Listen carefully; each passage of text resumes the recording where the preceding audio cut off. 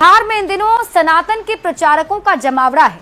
गोपालगंज में बाबा बागेश्वर, मुजफ्फरपुर में आरएसएस के सर संघचालक मोहन भागवत और कई जिलों में श्री श्री रविशंकर का दौरा है। अब इन दौरों पर सियासत खूब हो रही है। खासकर पंडित धीरेन्द्र शास्त्री के हिंदू राष्ट्र वाले बयान पर विपक्ष पंडित धीरेन्द्र शास्त्री के बहाने बीजेपी पर निशाना साध रहा है, तो बीजेपी भी जवाब देने में कहां पीछे रहने वाली थी। लिहाजा फागुन के महीने में होली से ठीक पहले फिजाओं में सियासी रंग खूब घुल रहा है।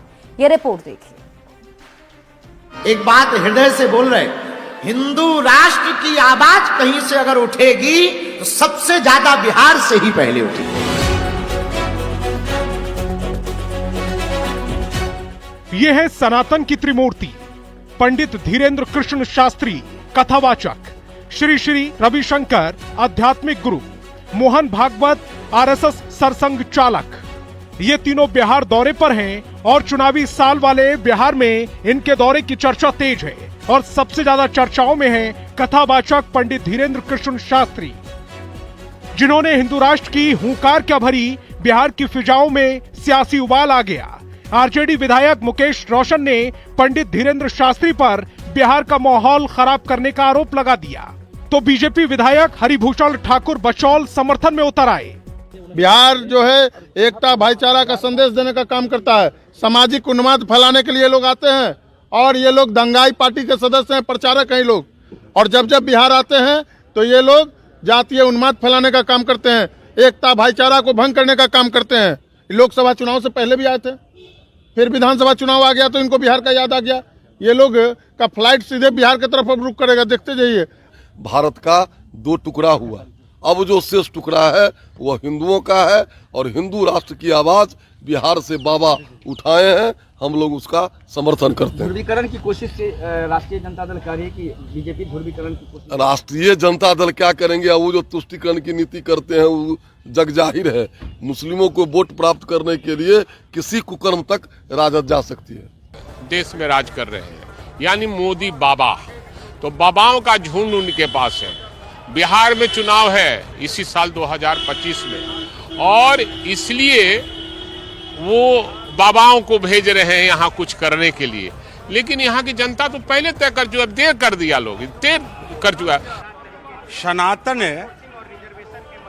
धर्म नहीं है, सनातन पर ही सृष्टि आधारित है और उसी सनातन के अंतर्गत ये जीव जंतु प्राकृति जो भी देख रहे हैं, समुद्र नदी, ये सब उसी के तहत आता है।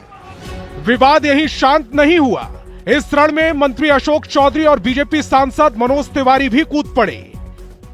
आरजेडी के लोग बाबा बागेश्वर को जेल भेजने की बात कर रहे हैं।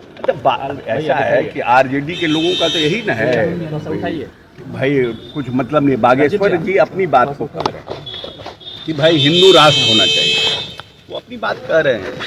बहुत से मुसलमानों का भी आप सुनिएगा तो ऐसा जिहादी बात करते हैं, तो फंडामेंटलिस्ट तो हिंदू में भी है और मुसलमानों में भी है, तो उस पर कितना बहस करिए।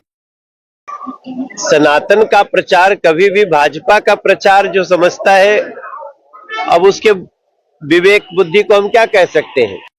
ये बिहार के लिए चुनावी साल है और फागुन के महीने में सियासी रंग अपने शबाब पर है। पंडित धीरेन्द्र शास्त्री का बयान तो सिर्फ बहाना है, मकसद सियासी रोटियां सेकना है।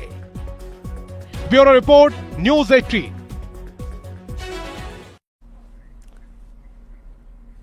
और अब आप धीरेन्द्र शास्त्री के बयान पर सियासी घमासान को समझिए।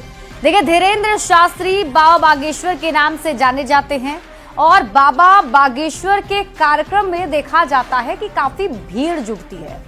बात अगर बिहार की करें तो बिहार में भी लाखों लोग उन्हें सुनने के लिए पहुंचते हैं और देश भर की तरह बिहार में भी बाबा बागेश्वर के बहुत सारे प्रशंसक हैं। बाबा बागेश्वर सनातन पर खुलकर बोलते हैं, हिंदू राष्ट्र की बात करते हैं। पिछले बिहार दौरे के दौरान भी बाबा बागेश्वर ने हिंदू राष्ट्र की बात कही थी। आपको याद होगा, पटना में वो कार्यक्रम था और पटना में भी वो पहुंचे थे, तब भी उन्होंने हिंदू राष्ट्र की बात कही थी और तब भी बिहार की सियासत में गर्माहट आ गई थी।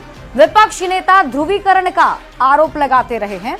विपक्ष के नेताओं का आरोप है कि बीजेपी बाबा बागेश्वर जैसे साधु संतों के जरिए ध्रुवीकरण कराना चाहती है, जबकि बीजेपी के नेताओं का यह कहना है कि बाबा बागेश्वर एक हिंदू संत है, हमारा उनसे क्या लेना देना। हिंदू संत के नाते उनका हिंदू राष्ट्र की बात करना क्या गलत है। फिलहाल बाबा बागेश्वर बिहार के दौरे पर हैं और बिहार का सियासी पारा उनके आने से हाई हो गया है। बढ़ते